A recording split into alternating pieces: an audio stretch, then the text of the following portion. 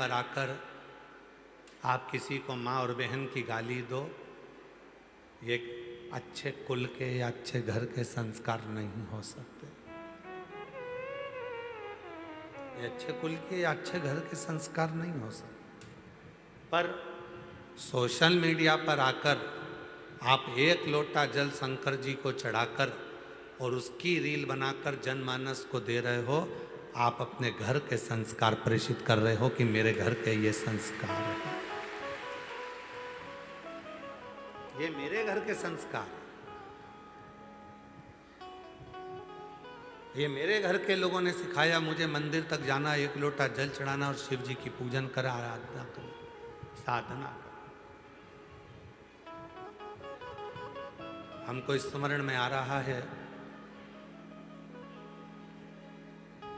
शिवांश तमोली की कथा। तमोली का मतलब मालूम है? यहां बैठे हैं कोई तमोली? बैठे हैं?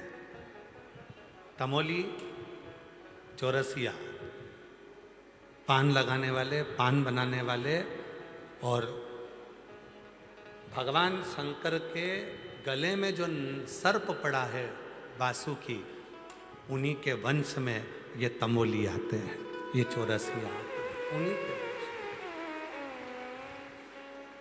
हम नमन करते हैं सारे तमोलियों को, सभी चौरसियाओं को हम प्रणाम करते हैं कि आपके कारण मेरे उज्जैन के महाकाल सावन के महीने में भ्रमण के लिए निकलते हैं, उसमें सबसे पहली प्राथमिकता आपकी है, उसमें प्रबलता। हमें शिवांश तमोली की कथा स्मरण आती है। एक ऐसा चौरसिया, एक ऐसा तमोली जिसकी पान की दुकान थी।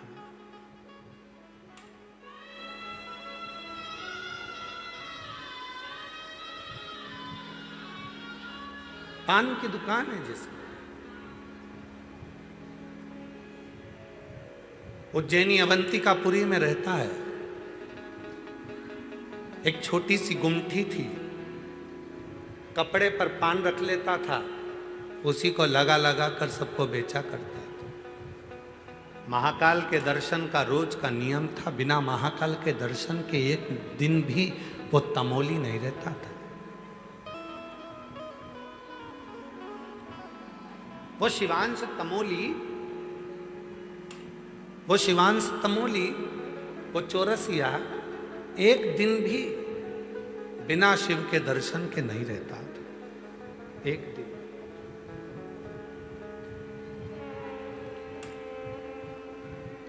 प्रतिदिन, बाहर के चोंगे खोलो भाई, प्रतिदिन भगवान शंकर महाकाल राजा के मंदिर जाना, प्रतिदिन महाकाल राजा का दर्शन करना, प्रतिदिन महाकाल दर्शन कर कर अपनी दुकान खोलना और पान बेचना, ये चालू था प्रतिदिन, रोज। और जब वो शिवजी के दर्शन कर कर वो तमोली चला जाता, तब मेरे महाकाल बाबा ठहाका लगाकर हंसते रोज। और पार्वती जी उनसे पूछती, जब भी ये तमोली आता है, जब भी ये चौरसिया आता है और ये तमोली पान बेचने वाला तुम्हारे पास आकर दर्शन कर कर जाता है और तुम ठाका लगाकर हंसते हो, तुम इतनी तेज मुस्कुराते हो, क्यों? शिवजी कहते हैं, पार्वती मैं तुझे क्या बताऊं, बोल नहीं सकता मैं कि ये क्यों हंसता। पार्वती जी ने कहा, कालों का काल महाकाल, और जब कालों का काल महाकाल हंसे तो कोई बात साधारण नहीं हो सकती। सत्य बताओ, ये तमोली रोज आता है, दर्शन कर कर जाता है, और तुम ठाका लगाकर हंसते हो, क्यों? शिवजी ने कहा, पार्वती ये तमोली एक ऐसा तमोली है, मेरे इतने भक्त मेरा दर्शन करने के लिए आते हैं, सब कुछ ना कुछ मांगते हैं, पर ये तमोली एक ऐसा है जो मुझसे कुछ नहीं मांगता, बस मुझे रोज निमंत्रण देकर जाता है कि एक बार मेरी दुकान पर पान खाने जरूर आना।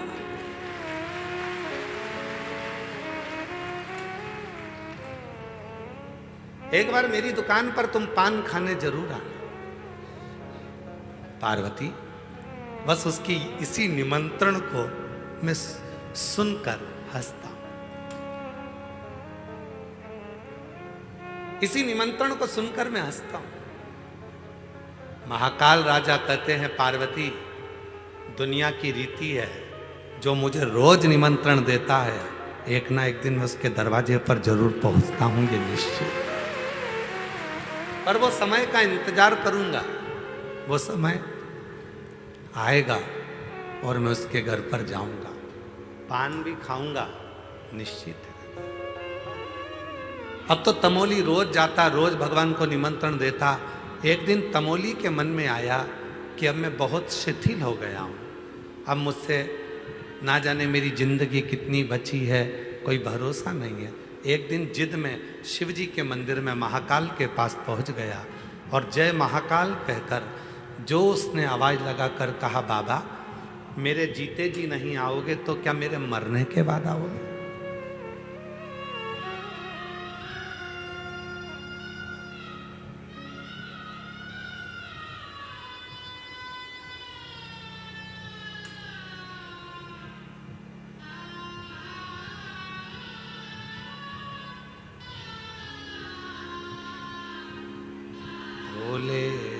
नाथ सुनो मेरी अर्जी सुनो त्रिपुरारी, आया आया मैं शरण तुम्हारी। भोलेनाथ सुनो मेरी अर्जी सुनो त्रिपुरारी, आया आया मैं शरण तुम्हारी। बाबा मेरे जीते जी नहीं आओगे तो क्या मेरे मरने के बाद आओगे? इतना तो कहना था और तमोली कहकर गया। आज मेरे महाकाल ने नंदी को बुलाया, नंदी चल, रूप बदल, दोनों दोस्त बनकर चलते हैं, पान खाकर आते हैं। तमोली की दुकान पर आज मेरा महाकाल पहुंच गया। ला भैया पान देना जरा। तमोली ने लगाया कत्था चूना पान बनाकर और जो दिया महाकाल राजा को। महाकाल राजा ने जो पान खाया, पान खाकर दोनों नंदी और शिव चल दिए, चले गए। तब याद आया पैसे तो देके ही नहीं गए। तब याद आया बिना पैसे के चले गए। कल आएंगे ना तब पैसा लेकर आऊंगा, कल लेकर रहूंगा पक्का है। दूसरे दिन फिर महाकाल आ गए, वही मेरा नंदी साथ में मेरा बाबा। लाओ पान दो, पान खाया। जितनी देर तक महाकाल वहां रहते पान खाते उतनी देर तक उसको पैसे की याद नहीं आती। तुम्हारे जैसी है, जल चढ़ाती है तब तक याद नहीं आती कि गले में चेन कहां गई, गले में मंगलसूत्र तक कहां चले गया, बैग था कहां गया, पर्स था कहां गया, मोबाइल था कहां गया, सुध नहीं रही। ध्यान तो शिव में था। महाकाल राजा ने कहा लाओ पान दो, पान खाया, फिर चले गए, याद ही नहीं रहा। दिन निकलते गए। महाकाल राजा उस तमोली से खूब हंस मोल कर बात करने लगे। अब तो दोनों में ऐसी घुटने लगी कि जब महाकाल आते तमोली पान लगा कर दे देता। कभी कभी भगवान सुपारी ज़्यादा मांग लेते तो कभी कत्था ज़्यादा लगवा लेते, पर तमोली को पैसे की याद नहीं आती। पैसे की याद कब आती? जब महाकाल चले जाते। आज तमोली के पिताजी आ गए और तमोली के पिताजी आए और आकर बोले, वो खाकर चले जाता है तो उससे पैसा नहीं मांगता है। कल अगर पैसा नहीं मांगा तो सोच ले। और अगर उसके पास पैसा नहीं हुआ तो कुछ गिरवे रख लेना, ठीक है। अब कल जैसे ही महाकाल राजा आए और मेरे महाकाल बाबा ने आकर कहा लाओ जरा पान दो, पान खाया और खाते से ही तमोली तो ध्यान भूल गया था, पर उसके पिताजी सामने खड़े होकर हाथ हिला रहे थे, ले लेना। तमोली को याद आया, बाबा ए भैया लाओ जरा पान का पैसा दो। महाकाल राजा बोले पैसा वैसा तो हमारी जेब में रखते नहीं है, जप्ती भभूत में है खजाना कुबेर का। जब भभूत में करोड़ों का धन है तो जेब में पैसा कौन लेके चलता है, लेकर कौन। जप्ती भभूत में है खजाना हे गंगाधार मुक्ति ओमकार तू भोले ओमकार तू आयो तिहारी शंभु तार तार तू। अवंतिका नरेश भगवान उज्जैनी के राजा मेरे काल अधिपति महाकाल राजा स्वयं कह रहे हैं मेरी जेब में तो कुछ है नहीं, क्योंकि मेरे पास जेब ही नहीं है, पैसा वैसा नहीं है। अब पिताजी इशारा कर कर कह रहे पैसा नहीं हो तो दूसरी चीज रखवा लेना, गिरवे गिरवे रखवा ले। तमोली ने कहा देखो भाई अपनी दोस्ती एक तरफ, पैसा नहीं है तो कुछ ना कुछ तुम्हें रखना पड़ेगा। महाकाल नंदी को देख रहे, नंदी महाकाल को देख रहे। महाकाल बाबा ने कहा लो ये एक कपड़ा है तुम अपने पास रख लो, इसी को रख लो। मेरे बाबा ने अपने अंग का वस्त्र तमोली को दे दिया। रतन जड़े थे, हीरे जड़े थे, मोती लगे थे। कोई परखैया उसको परख सकता था कि उसमें कितने रतन थे, कितने हीरे थे, कितने मोती थे। अब तमोली के पास तो वस्त्र आ गया। पंडित जी ने सुबह मंदिर खोला, जैसे अवंतिका नाथ उज्जैनी नरेश महाकाल का जैसे मंदिर खोला तो जो कपड़ा करोड़ों का था वो कपड़ा मंदिर से गायब था। सूचना मिल गई कि महाकाल के मंदिर में कोई चोरी हो गई है और कपड़े चले गए हैं महाकाल राजा के। अग्नि की तरह बात पूरी अवंतिका में पहुंच गई कि महाकाल राजा का कोई कपड़ा चोरी चले गया, कोई चोर आया था, कोई चोर आया। बात चलते चलते चलते चलते चलते चलते तंबोली की दुकान पर पहुंच गई कि तुम्हें मालूम है महाकाल राजा के मंदिर में उनका कपड़ा चले गया चोरी। कपड़ा? हाँ, तो कपड़े में ऐसा क्या था? करोड़ों का कपड़ा, रतन जड़े थे, मोती लगे थे, नीला कलर का था, नीचे केसरिया बॉर्डर थी, उसमें रतन माणिक लगे थे, सोने के तार लगे थे। उसने जो सुना नीला रतन जड़ा पीली बॉर्डर, वो तो मेरे पास है, वो तो मेरे पास है। पर मुझे तो दूसरे देकर गए थे। तमोली को लगा जरूर वो दोनों चोर होंगे, चुरा कर लाते थे, पान खाते थे और मुझे देकर चले गए।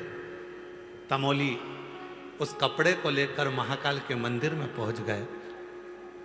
कहा महाराज जी ये कपड़ा सब दूर ढूंढा जा रहा है, ये तो मेरे पास है, तुम्हें किसने दिया?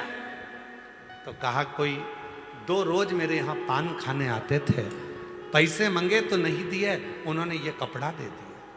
कपड़ा दे दिया? हाँ। ये कपड़ा दिया?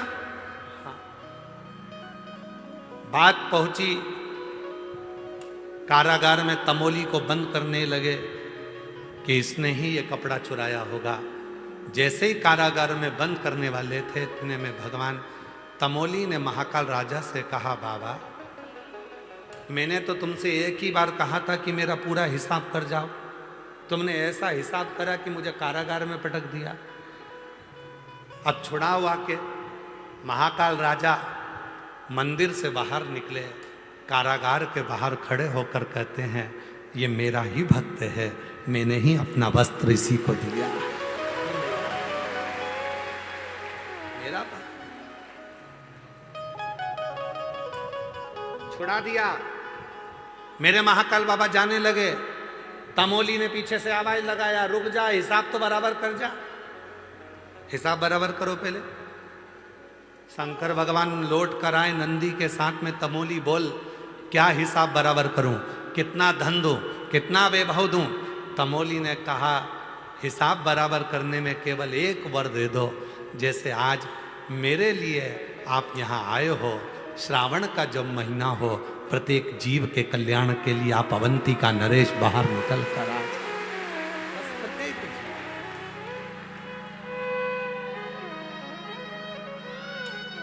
सबके और तुम आना भोले बाबा मेरे मकान में, तेरा डमरू डम डम बाजे सारे जहान में।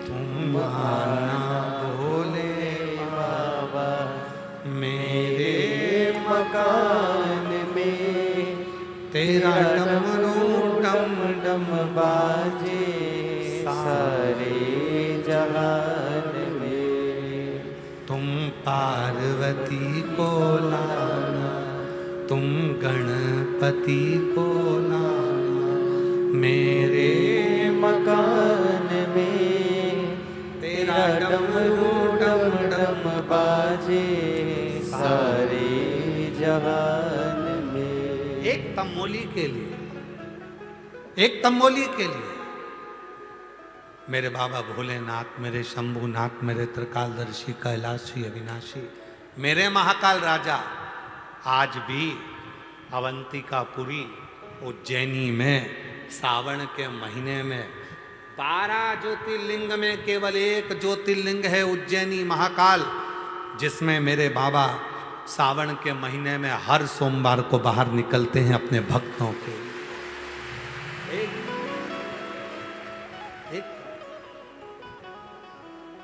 क्या चाहिए शिव जी को? केवल तुम्हारा भाव, शुद्ध भाव और कुछ भी।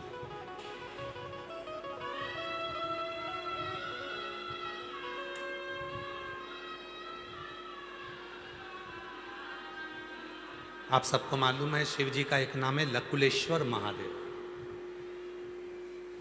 सभी लोग बोलो साथ में, लकुलेश्वर महादेव। शिव जी का एक नाम है लकुलेश्वर महादेव, जिसमें भगवान शंकर अपने हाथ में एक छड़ी रखे और एक हाथ में उनके ज्वाला है, अग्नि है।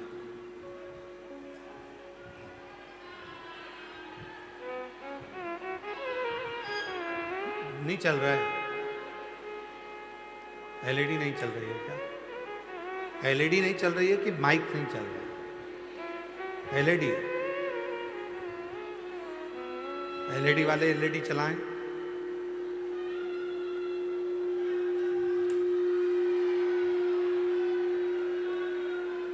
थोड़ा आवाज क्लियर करो, गूंज बहुत रहा है, आवाज ठीक नहीं आ रहा।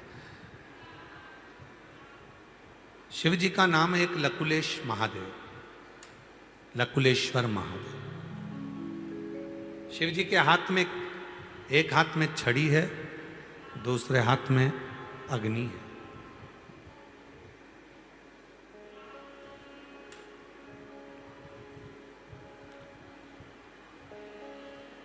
कुर्म पुराण के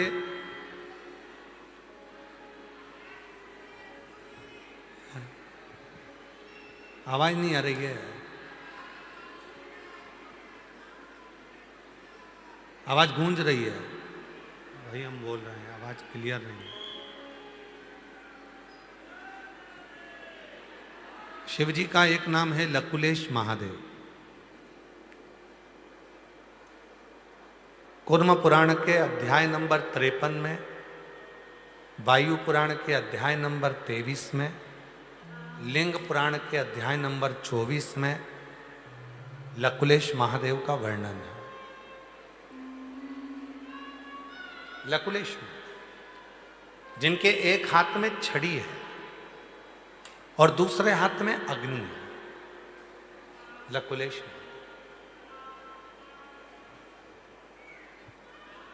जिस समय पर डॉक्टर बोल दे कि ये बीमारी तुम्हारे शरीर में प्रवेश कर गई है और इस बीमारी का कोई हल नहीं है,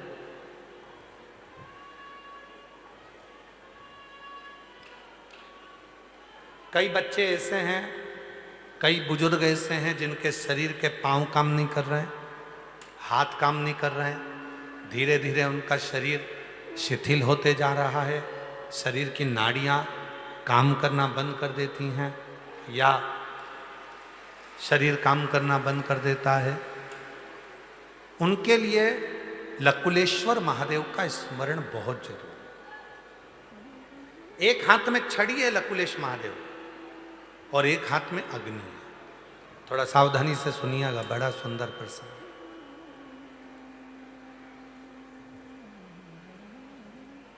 एक बार धर्मराज न्याय करने के लिए बैठे थे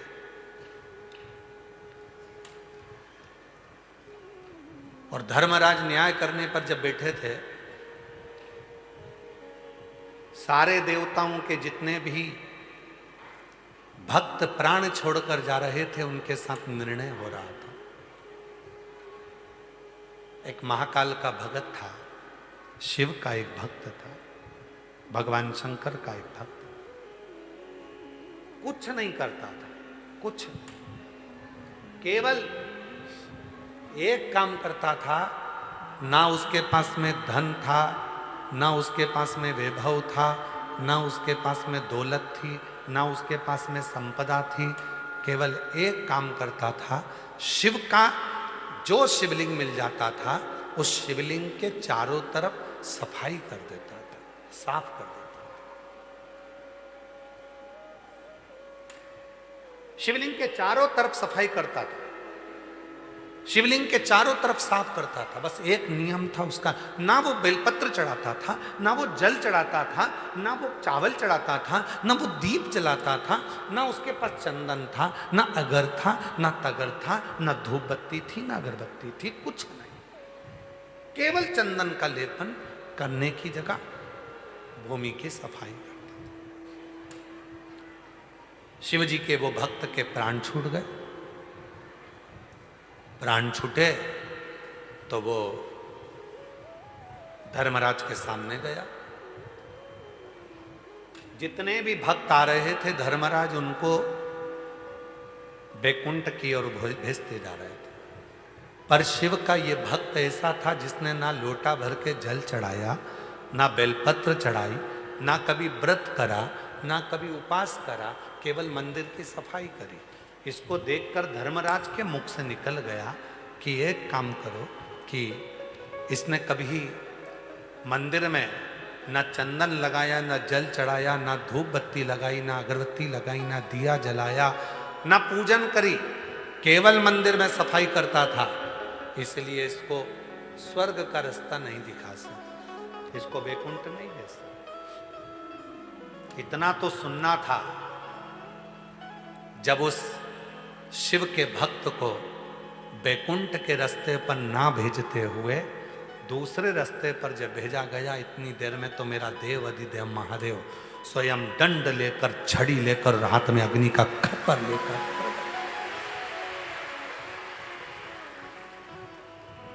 धर्मराज, मेरे भक्त का निर्णय करने के लिए तुझे नहीं बिठाया। सुनो धर्मराज, सुनो धर्मराज, 33 कोटि देवताओं के जितने भक्त हैं उनका निर्णय तुम करोगे। दुनिया के सारे जीवों का निर्णय तुम करोगे, पर शंकर के मंदिर के दरवाजे के सामने से भी अगर कोई निकल कर चले जाए उसका निर्णय केवल मैं करूंगा, कोई दूसरा। उसका निर्णय कोई दूसरा नहीं कर सकता, उसका निर्णय केवल काल अधिपति महाकाल करेगा, विश्वनाथ करेगा, सोमनाथ करेगा, मल्लिकार्जुन करेगा, केदारनाथ करेगा, स्वयं भीमा शंकर, स्वयं घृष्णेश्वर, स्वयं नागेश्वर करेगा, कोई दूसरा नहीं, मैं स्वयं करूं। धर्मराज काल अधिपति महाकाल के हाथ जोड़ लिए, भगवान शिव के हाथ जोड़ लिए, और शिव जी के हाथ जोड़कर धर्मराज ने कहा, प्रभु आज आप छड़ी लेकर, दंड लेकर हमारे पास में आए हो, आज के बाद कोई शिव के मंदिर के सामने से अगर भूल से भी निकल कर चला जाएगा, उसको मैं कभी जिंदगी में नरक का रास्ता नहीं दिखाऊंगा, उसको बैकुंठ का ही मार्ग, उसको बैकुंठ का ही। शिव जी का नाम हो गया लकुलेश। फिर से बोलो एक बार, लकुलेश महादेव, लकुलेश्वर महादेव। कूर्म पुराण के अध्याय नंबर 53 में, वायु पुराण के अध्याय नंबर 23 में, लिंग पुराण के अध्याय नंबर 24 में लकुलेश्वर महादेव का वर्णन आता है। स्कंद पुराण के अवंतिका खंड में भी लकुलेश्वर महादेव का वर्णन आता है। अगर स्कंद पुराण पढ़ोगे तो उसमें अवंतिका खंड में भी लकुलेश्वर महादेव का वर्णन आता है। लकुलेश्वर शिव जी का एक ऐसा नाम, जब शरीर की कोई नस, कोई नाड़ी चौक हो जाए, पाँव ना चले, हाथ ना चले, शरीर शिथिल हो जाए, डॉक्टर कह दें कि इस बीमारी का कोई हल नहीं है, तब आखिरी में लकुलेश्वर महादेव का स्मरण करा जाता है। लकुलेश्वर 7 दुर्वा ली जाती है, 7 दुर्वा, छोटी छोटी 7 दुर्वा ली जाती है। और थोड़ा ध्यान देना, ये भगवान शंकर का शिवलिंग है। एक बेलपत्र, 7 दुर्वा। बेलपत्र को शंकर जी के ऊपर चढ़ाओ तो उस डंडी का मुख, बेलपत्र की डंडी का मुख जहाँ से जल बहता है उस ओर होना चाहिए शिव जी के ऊपर। जरा समझिएगा, इस तरह से उस बेलपत्र को चढ़ा दिया जाता है। डंडी का मुख जहाँ से जल बहकर जा रहा है उस ओर रखा जाता है। डंडी का मुख जहाँ से पानी बहकर जा रहा है। और जो 7 दुर्वा है, उन 7 दुर्वा को भगवान शंकर के 7 स्थान पर, शिवलिंग पर ही, जहाँ मात जगतजननी का हस्त कमल है, पीठी का, 7 स्थान पर 7 दुर्वा को शिवलिंग से स्पर्श करते हुए वहीं पर या तो टिका दो, या तो इस तरह से टिका दो 7 जगह पर, या नीचे रख दो। धीरे धीरे 7 बार उन्हीं दुर्वा पर जल समर्पित करना है, और बेलपत्री और 7 दुर्वा को लकुलेश्वर महादेव का नाम लेकर आना है। और जिसके डॉक्टर कह दे कि इसके शरीर में कोई दवाई भी दे दो तो काम नहीं करेगी, ये शरीर चलेगा नहीं, अगर लकुलेश्वर महादेव का नाम लेकर एक एक दुर्वा 1-1 घंटे के अंदर उसको खिलाएं, और आखिरी में वो बेलपत्र चबा चबा कर खिलाना प्रारंभ करें, एक ना एक दिन लकुलेश्वर महादेव उसको चलाता ही। लकुलेश्वर महादेव, एक हाथ में छड़ी है मेरे देवाधिदेव महादेव के, और दूसरे हाथ में अग्नि का के नाम का स्मरण हमारे जीवन को सुख कर। लकुलेश महादेव का नाम, लकुलेश्वर महादेव का नाम जब हम लेते हैं, लकुलेश्वर महादेव का जब हम नाम स्मरण करते हैं, तो वो लकुलेश्वर महादेव का नाम हमें कहीं ना कहीं, किसी ना किसी रूप में उलझनों से मुक्त करता है। एक बार सब बोलो, कौन से महादेव हैं? आवाज नहीं आई, जम के बोलो। लकुलेश्वर महादेव। लकुलेश्वर महादेव का नाम का उच्चारण 7 दुर्वा, 1 बेलपत्र और 7 दुर्वा के स्थान पर थोड़ा थोड़ा जल जब हम समर्पित करते हैं और उन दुर्वा को, जिसका शरीर काम नहीं कर रहा, डॉक्टर कह दिया कि इसका कोई इलाज ही नहीं है, तब वो दुर्वा और वो बेलपत्र काम आती है। इसको 1 महीने में 2 बार प्रदोष आती है, उसी तरह इस उपाय को भी केवल 2 बार ही किया जाता है महीने में, केवल 2। और धीरे धीरे धीरे धीरे फिर वो शरीर काम करना प्रारंभ कर। लकुलेश जो जैसी भावना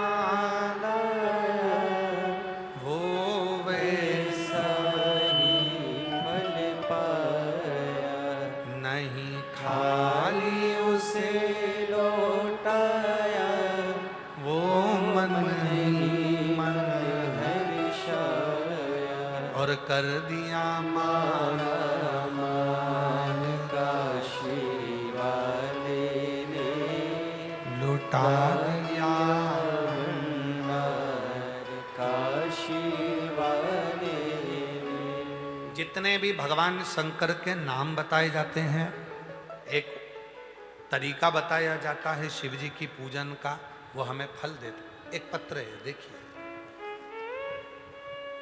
मेरा नाम सावित्री है, मेरे पति का नाम ओम प्रकाश है। गुरुजी, मैं पानीपत की रहने वाली हूँ, कहीं बैठी हो तो आ सकते हैं। मेरा नाम सावित्री है, मेरे पति का नाम ओम प्रकाश है। गुरुजी, मैं पानीपत की रहने वाली हूँ, मेरा मोबाइल नंबर ये है। मेरे 22 साल से मुझे सांस की बीमारी थी। बाबा का जल चढ़ाकर आज बाबा ने मुझे पूर्ण तरह से ठीक कर दिया। गुरुजी, 25 साल से पति को 25 साल से सोराइसिस की बीमारी थी। गुरुजी, मेरे पति को 25 साल से सोराइसिस की बीमारी थी। पानीपत के सारे डॉक्टरों का इलाज करवाया, ठीक नहीं हुए। दिल्ली दिखवाया, ठीक नहीं हुए। हर जगह का हम इलाज करा कर थक गए, पर 25 साल से वो बीमारी ठीक नहीं हुई, सोराइसिस की। तब आपकी कथा टीवी पर सुनी और आपने कहा प्रदोष की कावड़ भराती है सीहोर की। सीवन नदी का जल लेकर हमने बाबा की कावड़ चढ़ाई और उस जल को पति को यहीं पर पति के शरीर पर लगाया। थोड़ा जल लेकर गए, रोज शरीर पर लगाया। आज बाबा को धन्यवाद देने के लिए आई हूँ। मेरे पति की 25 साल की बीमारी ठीक हो गई। आज मेरे पति ठीक, मैं बाबा को प्रणाम करने के लिए। मेरा नाम सावित्री है, मेरे पति का नाम ओम प्रकाश है, पानीपत के रहने वाले हैं। मेरा मोबाइल नंबर ये है। मैं बाबा को प्रणाम करने के लिए आई। गुरुजी, हमने 11 कथा के पंडाल में कथा सुनी है और बाबा ने सब संभाला। शिव की कृपा से सब कुछ ठीक हुआ। शिव शिव है, वो साधारण नहीं। मांगा है भोलेनाथ से वरदान लेके, मांगा है भोलेनाथ से वरदान लेके, तेरी कृपा बनी रहे जब तक है जिंदगी, तेरी कृपा बनी रहे जब तक है जिंदगी। मांगा है भोलेनाथ से वरदान लेके, मांगा है भोलेनाथ से वरदान लेके। जो रोज शंकर भगवान पर जल चढ़ाकर उसका आचमन करते हैं, उसका फल मिलता है। कह दो दुनिया वालों से, हम सुबह दवा नहीं, शिव पर चढ़े हुए जल को दवाई के रूप में पीकर निकलते हैं। कह दो दुनिया वालों से हम दवा नहीं, हम महादेव की दुआ लेकर निकलते हैं। कह दो दुनिया वालों से हम दवा नहीं, हम शिव का चढ़ा हुआ जल जो कायिक, वाचिक और मानसिक तीनों तापों को समाप्त कर देता है, उस जल को लेकर निकलते हैं। वो साधारण, वो साधारण नहीं है।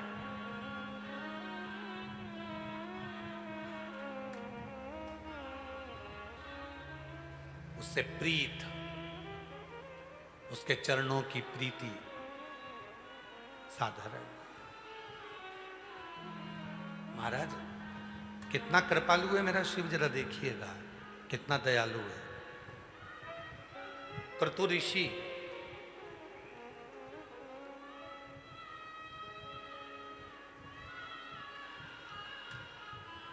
जिन ध्रुव जी महाराज ने भगवान श्री हरि का भजन करा, जिन ध्रुव जी महाराज ने बाल्यावस्था में भगवान श्री हरि का दर्शन करा, जिन ध्रुव जी महाराज 4 वर्ष की अवस्था में भगवान नारायण की गोद में बैठ गए थे, वो ध्रुव जी महाराज को क्रतु ऋषि ने भगवान नारायण के भजन में लगाया था। और एक दिन ऐसा आ गया कि क्रतु ऋषि ने ध्रुव जी महाराज को जो भजन में लगाया था और उनके पुत्र को उत्कल को भी भजन में लगाया था। वो उत्कल एक दिन मार्ग से निकल कर जा रहे थे और सामने से सुतपा ऋषि आ रहे थे। सुतपा ऋषि सामने से निकल कर आ रहे थे, स्नान कर कर आ रहे थे। सरोवर का स्नान कर कर सुतपा ऋषि जब आए तो उन्होंने ध्रुव जी के बेटे उत्कल को देखा। उत्कल उस समय राज सिंहासन पर बैठे थे, चारों तरफ उनका राज्य था। थोड़ा सा कुछ बात संवाद हुआ और सुतपा ब्राह्मण ने उत्कल, ध्रुव जी के बेटे उत्कल को श्राप दे दिया, तुम श्रीहीन हो जाओगे, तुम्हारे घर में कोई संपदा नहीं रहेगी, कोई लक्ष्मी नहीं रहेगी, कोई वैभव नहीं रहेगा, कोई धन नहीं रहेगा। सुतपा के चरण पकड़ लिए उत्कल ने, ए ब्राह्मण देवता, तुम ऐसा श्राप दे रहे हो कि मेरे घर में धन नहीं होगा, श्रीहीन हो जाऊंगा, वैभव नहीं होगा। मैं तुम्हारे चरण पकड़ता हूं। मैं अगर धनहीन हो गया, मेरी पूरी प्रजा भूखों से मर जाएगी, भूखी रह जाएगी, उसको अन्न कहां से आएगा। सुतपा ब्राह्मण ने कुछ नहीं कहा और चल दिया। उत्कल बड़े दुखी हो गए, किसके पास जाऊं, किससे कहूं,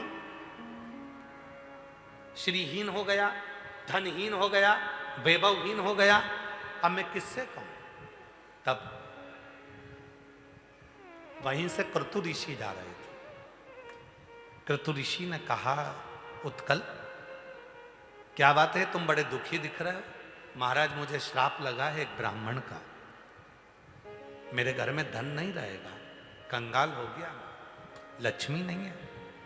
मैंने अपने नगर के सारे विद्वान ब्राह्मणों को, सारे पुरोहितों को, सारे विद्वत जन को बुलाकर पूछ लिया, सबने कह दिया तुम धनहीन हो गए हो, तुम कंगाल हो गए हो, तुम श्रीहीन हो गए हो। परसों की कथा में कहा था,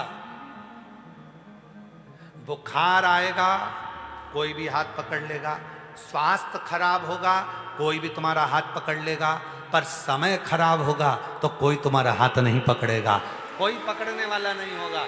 स्वास्थ्य खराब होगा तो कोई भी हाथ पकड़कर बाथरूम ले जाएगा, स्वास्थ्य खराब होगा तो कोई भी हाथ पकड़कर तुमको पलंग पर सुला देगा, स्वास्थ्य खराब होगा तो तुम्हें हाथ पकड़कर लोग खाना खिला देंगे, स्वास्थ्य खराब होगा तो लोग तुम्हें चाय पिला देंगे, स्वास्थ्य खराब होगा तो कोई भी हाथ पकड़ लेगा, पर समय खराब होगा तो कोई तुम्हारा हाथ नहीं पकड़ेगा। समय खराब होने पर तो केवल एक देव अधिदेव महादेव तुम्हारा हाथ पकड़ते हैं, बाकी का कोई नहीं।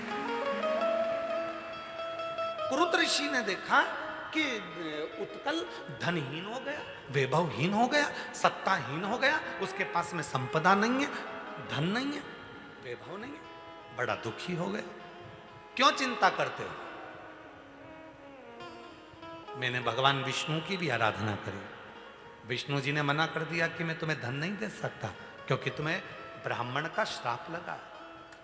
ब्रह्मा जी की आराधना करी मैंने, उत्कल कहते हैं, पर ब्रह्मा जी ने भी कह दिया कि तुम्हें ब्राह्मण का श्राप लगा है, तुमको धन नहीं मिलेगा। अब मैं क्या करूं?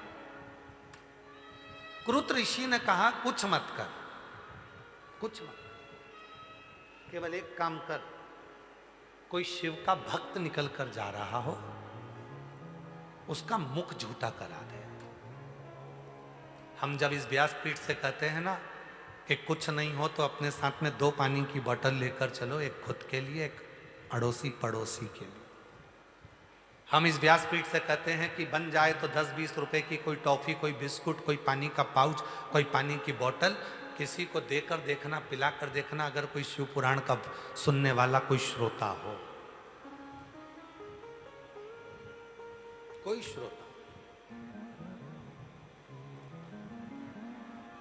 जब मां सीवन के तट से कावड़ चलती है, कुबेरेश्वर धाम तक कावड़ पहुंचती है, उसके बीच बीच में बहुत सारे स्टॉल लगते हैं। कोई पानी पिलाता है, कोई चाय पिलाता है, कोई बिस्कुट खिलाता है, कोई नाश्ता खिलाता है। हम उन स्टॉलों को देखकर और उन स्टॉल लगाने वालों को देखकर बड़े खुश होते हैं कि बाबा ने धन दिया तो इनको दिया, और कितनी कृपा हुई कि कोई कांधे पर कावड़ लेकर जा रहा है, उस जल को ले जाने वाले का मुख झूठा करा रहे हो, उसका पूरा पुण्य तुम्हारे खाते में ले रहे हो। इससे बढ़कर सुख और क्या होगा? क्या होगा उससे?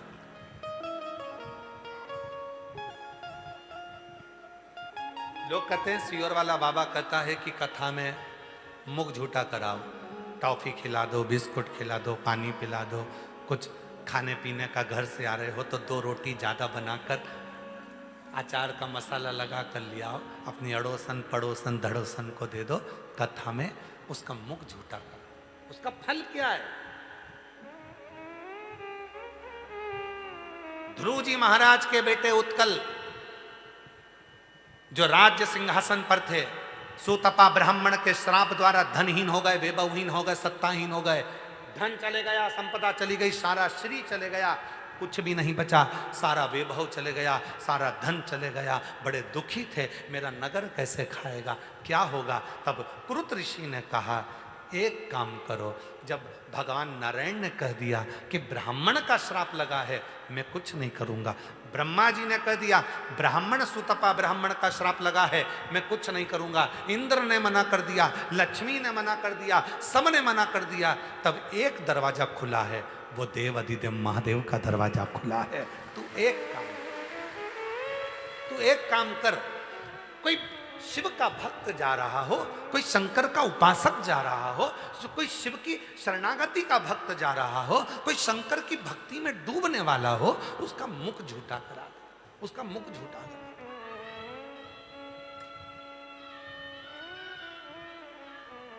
कर्तु ऋषि ने जैसे कहा, उत्कल शिव मंदिर जाने वाले भक्तों के मुख को जल देने लगे। उन्होंने कुआं खुदवा दिया, पानी कभी मुख झूठा करा देते। शिव ने करुणा कर दी। आज मेरा भोले बाबा भक्त के रूप में स्वयं आ गया। मंदिर जाने लगे मेरे भोलेनाथ। जाते जाते उत्कल ने हाथ जोड़कर कहा, ओ भैया बिना पानी पिए जा रहे हो? शिव जी बोले मेरा तो पेट भरा है, मुझे प्यास नहीं लगी है। भैया मुख झूठा ही कर लो, बर्तन झूठा हो जाएगा तो मैं साफ कर लूंगा, मेरी किस्मत चमक जाएगी। उत्कल ने कहा कि बर्तन ही झूठा कर दो। आज बड़े बड़े घरों में होता क्या है, लोग बर्तन झूठा करने से कि इतने बर्तन झूठे कर दिए, वो आएंगे चाय पिएंगे, बर्तन झूठे हो जाएंगे, कौन मांझेगा? उनका बाप आकर मांझेगा, उनका पिताजी आएगा, उनका भाई आएगा। शिव महापुराण की कथा में, विष्णु पुराण की कथा में, अग्नि पुराण की कथा में, ब्रह्म वैवर्त पुराण में स्पष्ट करा है, जिसके घर में आए हुए अतिथि के मुख से झूठे करे हुए बर्तन रखाते हैं, उस घर का सारा दोष, दुख, तकलीफ, कष्ट सब दूर होता चले जाता, दुख दूर हो जाता। उत्कल कह रहे हैं, ध्रुव जी महाराज के पुत्र कह रहे हैं, बाबा आप पानी नहीं पियोगे? शिव जी तो मनुष्य के वेश में थे, नहीं नहीं मुझे प्यास नहीं लगी, मैं पानी नहीं पीऊंगा, मुझे प्यास नहीं लग रही। बाबा बर्तन ही झूठा कर दो, आप अगर बर्तन झूठा करोगे तो मैं साफ करूंगा, साफ करूंगा तो मेरी किस्मत चमक जाएगी।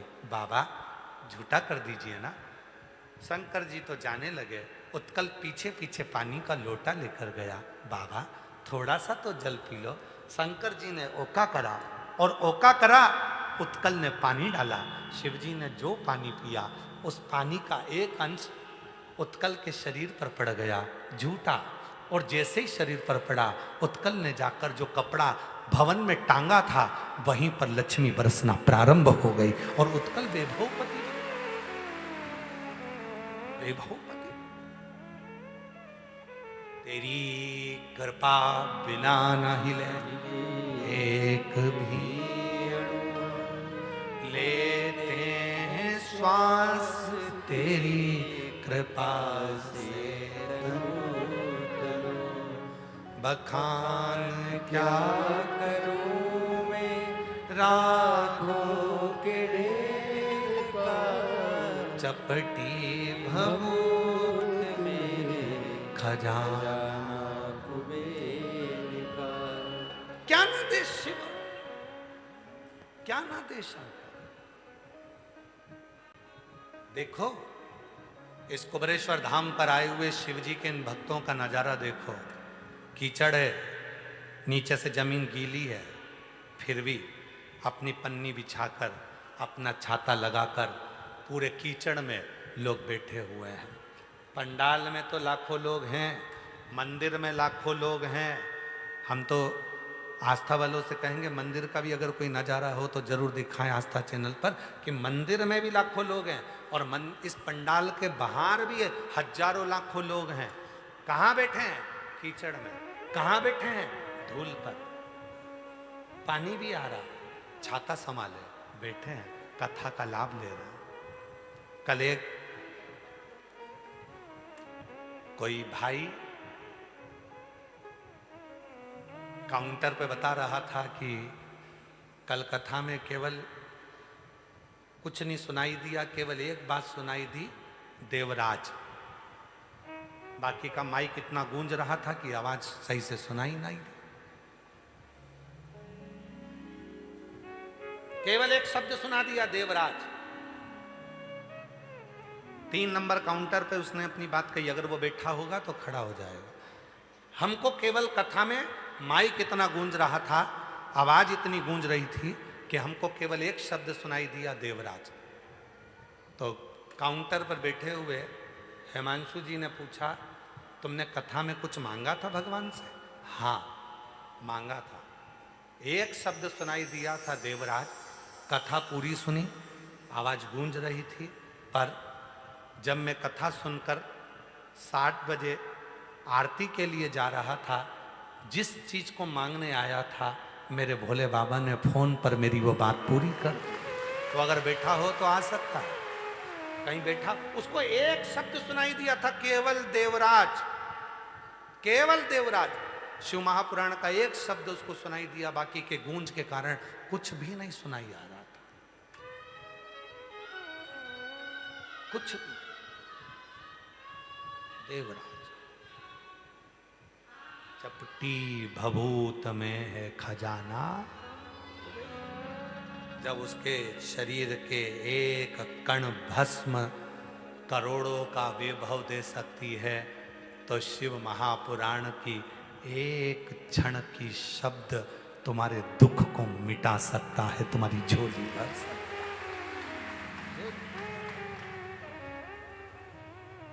उसको पुकारो, उस समय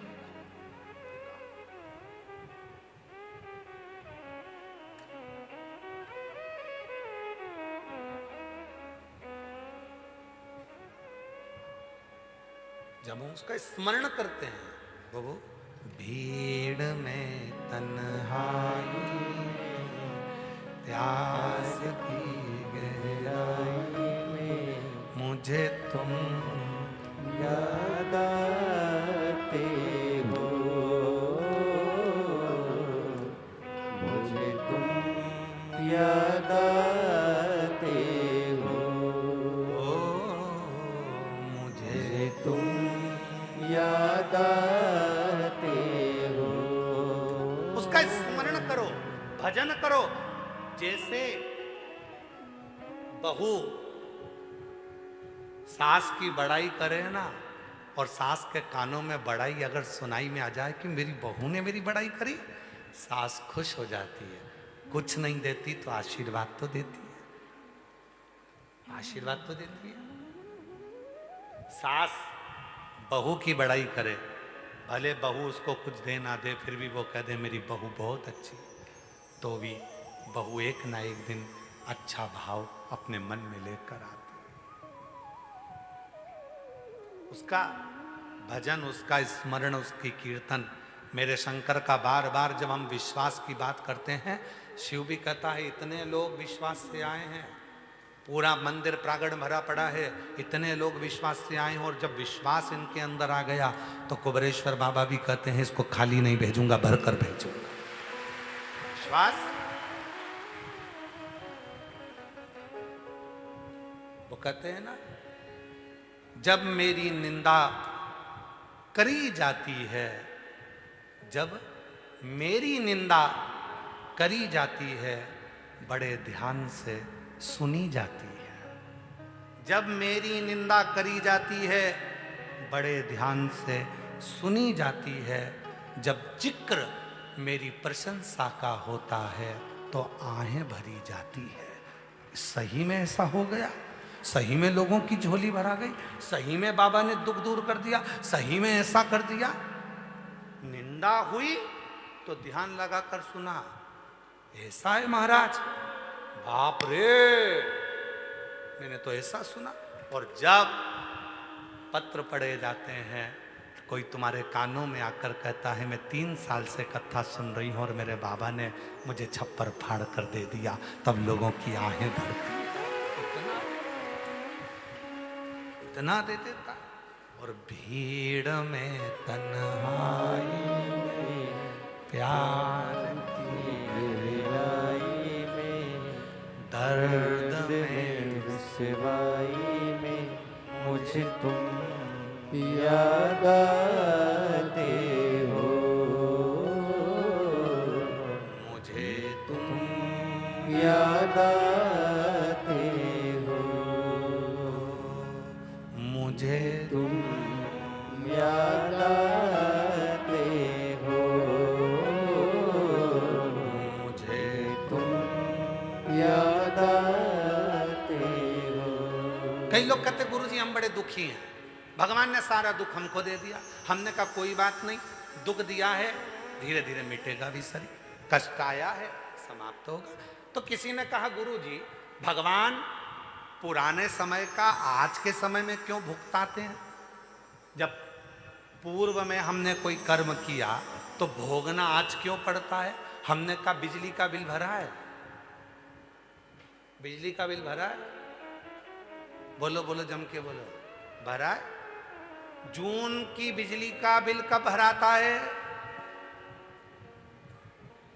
जून के बिजली का बिल कब भराता है? जुलाई में। जुलाई के बिजली का बिल कब भराता है? अगस्त के बिजली का बिल कब भराता है? सितंबर में। बिजली का बिल 1 महीने बाद मिलता है। उसी तरह पुराने कर्म का भोग भी मनुष्य के जन्म में मिलता है, भोगना तो पड़ेगा। पूर्व में जो करा है आज भोगना पड़ेगा, पूर्व में जो कर करा है वो आज भोगोगे। बिजली का बिल तो जमा करना पड़ेगा, पूर्व का जुलाई का अगस्त में, जून का जुलाई में, जनवरी का फरवरी में बिजली का बिल आएगा, भरना पड़ेगा। उसी तरह जो कर कर तुम पुराने समय में आए हो वो आज भोगना है, और आज जो कर कर जाओगे आने वाले समय में फिर भोगना है। फिर वही क्रम चल। बिजली का बिल है वो तो जमा करना पड़ेगा। गुरु की करनी गुरु भरेगा और चेला की करनी छेला भरेगा, उड़ जाएगा हंस अकेला। जैसा कर्म करोगे, गुरु अच्छा कर्म करेगा तो अच्छा होगा, गुरु बुरा कर्म करेगा तो गुरु को भोगना पड़ेगा। जो कर्म करा है वो तो भोगना है, इस शरीर दंड को भोगना ही पड़ेगा। इसीलिए आप लोगों से बार बार कहते हैं, मत बुरे कर्म कर वरना पछताएगा, भगवान की आंखों से तू बच नहीं पाएगा, तू बच नहीं नहीं पाएगा। अरे ओ अज्ञानी मत करना। नादानी उस कर्म को भोग रहे हो, पर काटने का तरीका केवल एक है, और वो है शिव का नाम, शंकर का। शिव का भजन, स्मरण, एक लोटा जल सारी समस्या का, बोल बम का नारा है। खेल खत्म हुआ कि मिले? कितने लोग हैं क्रिकेट देखते हैं? हाथ उठाओ जल्दी से। देखते हो? क्रिकेट का खेल खत्म होता है, बाद में दोनों टीम हाथ मिलाती है। बोलो जम के, अरे बोलो तो, सही है कि गलत है? खेल खत्म हुआ, हाथ मिलाया गया। फुटबॉल का खेल खत्म हुआ, हाथ मिलाया गया, दोनों टीमें हाथ मिलाती। बोलो बोलो, सही है गलत है? कबड्डी का खेल खत्म हुआ, हाथ मिलाया गया। हॉकी का खेल खत्म हुआ, हाथ मिलाया गया। और अपना खेल खत्म हुआ, पितरों में मिलाया गया।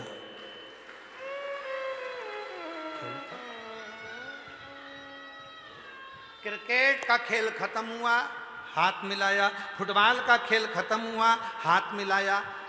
जितने दुनिया के खेल हैं, जब वो खत्म होते हैं हाथ मिलाया जाता है। और इंसान का खेल जब खत्म होता है तो उसे पितरों में मिलाया जाता है। मिलाते तो जरूर, मिलाते। बोलो सही है गलत है? आखिरी में कहाँ मिलाएंगे? पितरों में मिलाएंगे। खेल खत्म, पितरों में मिला देंगे। क्यों? क्योंकि आखिरी बिंदु वही है, अंतिम बिंदु वही है, बस उसी के पास जाना, उसी के पास अंतिम।